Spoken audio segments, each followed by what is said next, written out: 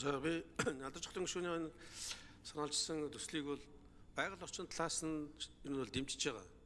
Гэхдээ одоо яг Улаанбаатар хотод бас үйл ажиллагаа явуулж байгаа аж ахуй нэгжүүд бизнес эрхлэгчид байгаад байдаг. Тэгэхээр тэр улсууд одоо жишээлбэл яг энэ голын хайсаа газар биш өөр газар очиад үйл ажиллагаа явуулах гэхээр нөгөө зөвшөөрлөө авах гээд дахиад бараг 1 жил гаруй хугацаа шаарддаг. За энэ хооронд нөгөө барилгын төслүүд нь ажлууд нь удна гэх түрүүний гишүүдийн яриад байгаа асуудалд үүснэ. Тэгэхээр энэ асуудлыг ер нь алдарч хотын гишүүн төсөл төр ер нь яаж шийдвэрлэе гэж бодсон бэ? Дээрэс нь бол энэ хэрэгжиж эхлэх хугацаан дээр яг тодорхой хугацаанд хязгаараас батлагдсанаас эхэлж явах юм уу, мөрдөгдөх юм уу, яаж тооцож байгаа? Алдарч хотын гишүүн хариулъя. За, хууль бол бүтээн байгуулалтын холбоотой хайрга дайргын холборлолт бол явж байгаа шүү дээ. Уулын дайрга холборлох ажил Улаанбаатар хотын баруун зүүн хэсэгт бүгдэнд нь явж байгаа. Налаах орчимд явж байна. За, шуун фабрик, биокомнет өлзийт орчимд бас уулын дайрга холборлох ажлууд явж байгаа. Тэрэнд бол энэ бол огт хамаарахгүй. Зөвхөн голын айс сав газар гэж байгаа мөн суурьшлийн бүс гэж байгаа. Одоо би та нар сайн нэг зураг үзээс та хэд маань анзаарч харахгүй л байна. Одоо шинэ шуун фабрикийн айлын хашааныхын хажууд ингээд ухаж байгаа байхгүй. Суурьшлийн бүсээс жоохон холдвол ял гэж байгаа. Хүний эрхийн асуудал, иргэний эрхийн асуудал ярьж байгаа маа. Тийм учраас тэр талаас хараарай.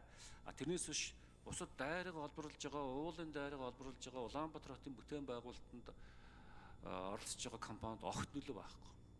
Одоо голын хайрга холборлохыг бол Улаанбаатарын нөхцөлөд туул голын айсаа газарт бол хориглох зүйтэй. Ер нь урт нэртэй хулиарч хориглосон байгаа шүү дээ. Тэгээ тэнд үүссэн одоо нөхөн сэргээлтийн асуудлыг өдөөс гаргаж тавих хэрэгтэй. Зөв хайцсан байгаа байхгүй. 46 аж ахуйн нэгж газар зөвөр одоо дэлбэлээд хайцсан. Энийний араас бид нар явах хэрэгтэй юм шиг энэ хуулийг одоо санаачилсан. Тэгэхээр нийслэл хотын бүтээн байгуулалт болон бусад бүтээн байгуулалтанд дайрга холбооход ямар ч нөлөө байхгүй гэдэг бас тодтогч хэлье. Тэгээ энэ зөвшөөрлийн хуулиар тусгай зөвшөөрөлд хамаарагдчихаар ингээ хугацаа тодорхойгүй байдалтай байгаа байхгүй.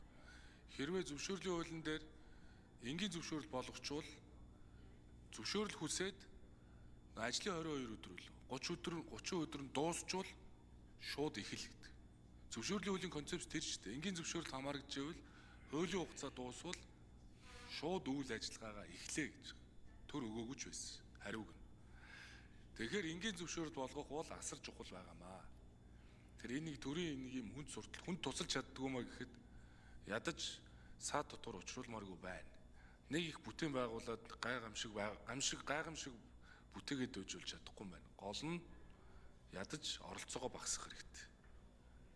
Тийм учраас энийг энгийн зөвшөөрөл болгоно. Тэгээд энэ алдарч хотын гишүүний хуулийг хэлэлцээд тэгээд дэмжиж бид нар бас гол саналуудаа оруулаад явах нь бол зөв. Цаг үе олсон л одоо бид нар хууль хэлцэж шít. Банзаргчийн төвшин